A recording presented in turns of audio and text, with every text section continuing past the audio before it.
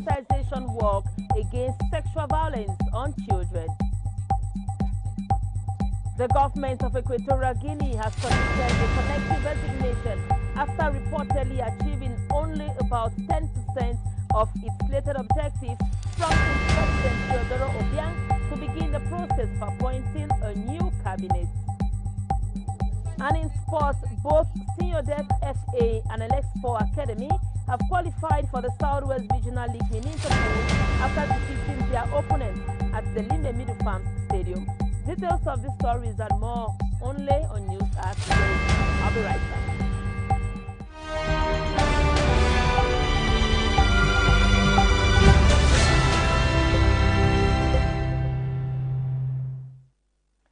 Hello there, you're welcome to News Hour. We apologize for the late start. My name is Frida Leina for presentation. As we told you in one of our top stories, a call for stronger child protection has echoed in Boya as youth took to the streets in a sensitization walk today against sexual violence on children, urging communities to speak up and safeguard the rights of minors.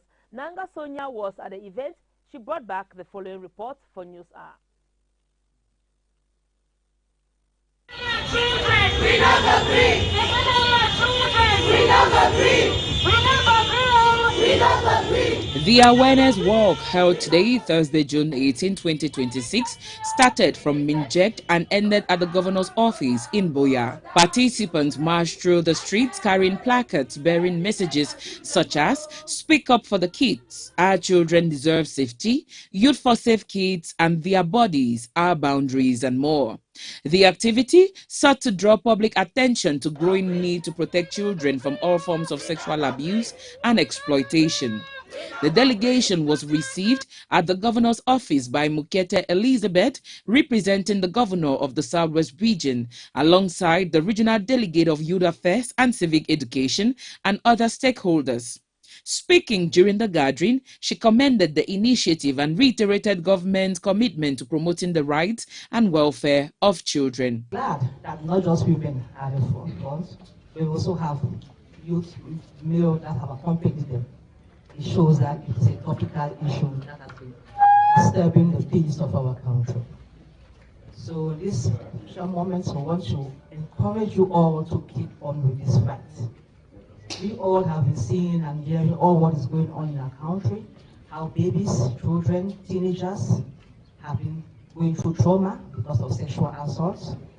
And it is a common fight for all of us, not just the youth. So the government is doing all its best to make sure the perpetrators are brought to justice. Speaking to the press, the regional coordinator of the National Network for Youth Parliamentarians in the Southwest region, Eliva Enanga Musango, emphasized the importance of collective action in safeguarding children and encouraging victims and witnesses to speak out against abuse. The reason for doing this is because a lot of youth have been complaining and a lot of youth are really disturbed due to the rampant activities surrounding sexual assault. Mothers are crying, they are really being disturbed. If their children are going to school, they don't even have the peace. So the question is, what more of us youths who are still to give birth? Are we going to give birth to our children in such a generation that is very, very devious, in such an era where you are not even sitting consciously or comfortably in your house and you have to think of your child in school who is probably going to be harmed? So we are doing this work, or we did this work today, to sensitize the community on the dangers of sexual assault, to let them know that we are the protectors of our children. We don't need to harm them. The coordinator called on parents, teachers, community leaders, and public authorities to work together in creating a safer environment where children can thrive without fear of abuse or exploitation. The initiative was organized in partnership with the Islamic Charity Foundation for Education and Social Welfare, which joined the campaign to amplify messages of child protection and social responsibility. Representatives of the foundation stressed the need for continuous sensitization and community involvement in preventing sexual violence against children. I've noticed that in our community, we have a lot of children being assaulted or insulted. due to one or two reasons, and they cannot speak up because they are still children. People constantly cover this up until the days that it has finally come outside, and we the youth stand to say no to sexual assault, because these children deserve a bright future. They deserve safety. They deserve to grow up as children with a healthy childhood, not being assaulted or violated by adults who are meant to protect them. So we stand here today as a foundation to say no to sexual assault. Organizers say the awareness walk is part of broader efforts to strengthen child protection advocacy in the Southwest region and encourage communities to break the silence surrounding sexual violence. They maintained that protecting children is a collective responsibility and that every child deserves to grow up in a safe, secure, and nurturing environment. Nanga Sonia ending that report. A historic first in Manu, Southwest Governor Bernard Okalia-Bilai has been crowned for Bafo, Chief of Chiefs, by the first-class paramount ruler of Manfe, Dr. Oben. A ceremony to confer the title on the governor took place recently in Manfe. Details in the following report.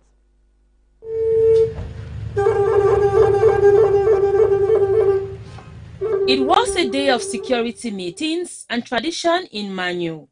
Earlier, Southwest Governor Bernard Okalia-Bilai presided over a two-day regional administrative and security coordination meeting, but the day would end with history.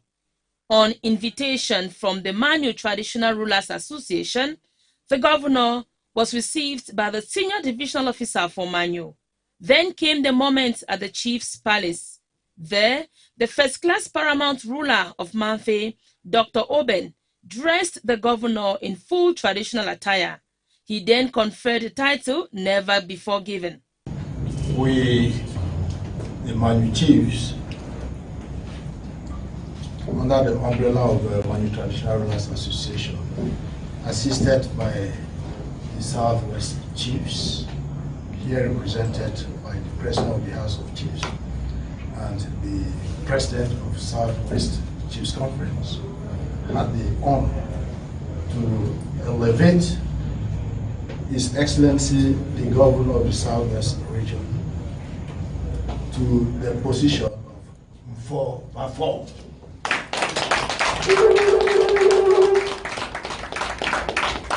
The event ground was filled with dignitaries, the 6 senior divisional officers of the Southwest, the President of the Southwest Regional Assembly, the President of the Southwest Chiefs Conference, and the President of the Southwest House of Chiefs. So why this honor?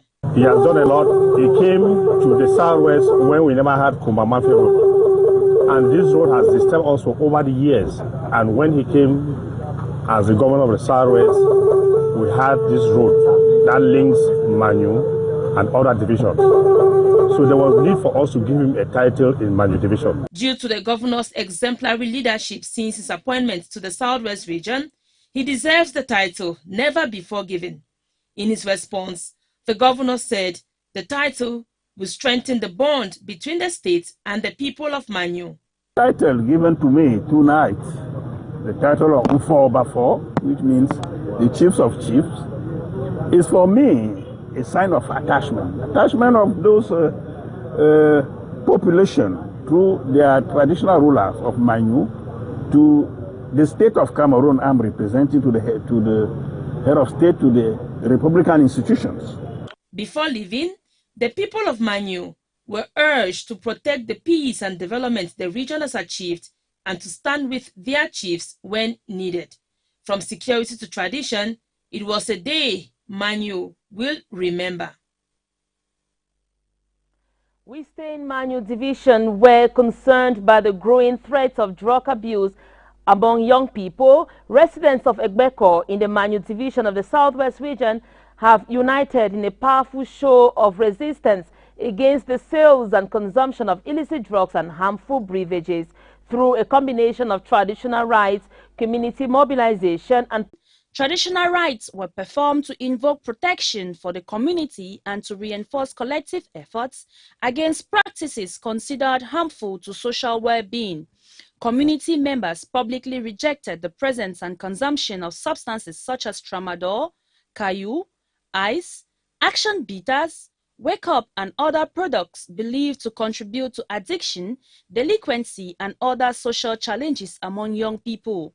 Carrying placards with messages such as "Say no to drugs" and "Protect our youths," participants called for greater vigilance and cooperation among families, traditional authorities, and community leaders in combating the growing menace. Residents emphasized that the fight against illicit drugs cannot be left to the fewer individuals, but requires the active involvement of every member of the community.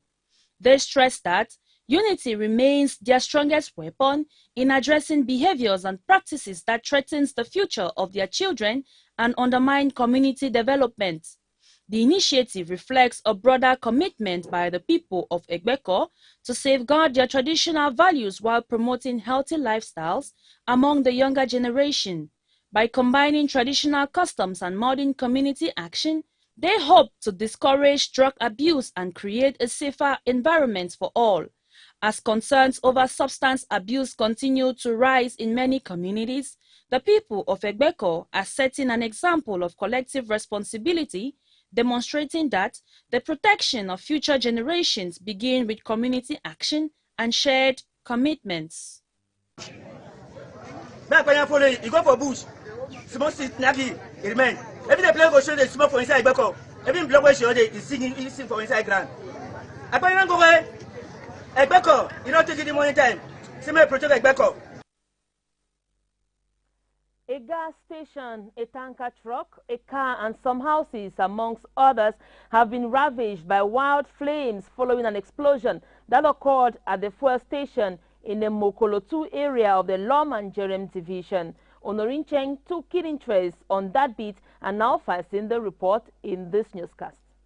An explosion at a gas station in the Mokolo-2 district of the Lom and Jerem division has caused panic and consternation amongst residents. Reports say around 7 p.m., locals of the Mokolo-2 district were taken aback by a large fire incident that occurred at a local gas station. Initially, a tanker truck was parked on the station's forecourt for unloading, but the faulty bolt prevented it from doing so. Meantime, an experienced welder was called in to fix the problem, and for lack of proper safety measures and equipment, a fire then broke out on the premises. This outbreak caused widespread panic in the neighborhood and surrounding areas. The flames, accompanied by explosions, as onlookers recount, reached heights of about 15 to 20 meters. This therefore prompted residents to evacuate with their families as the flames spread throughout the neighborhood, with fuel dripping from the gutters and along the streets. Alerted, the fire department with apt equipment quickly brought the flames under control. Le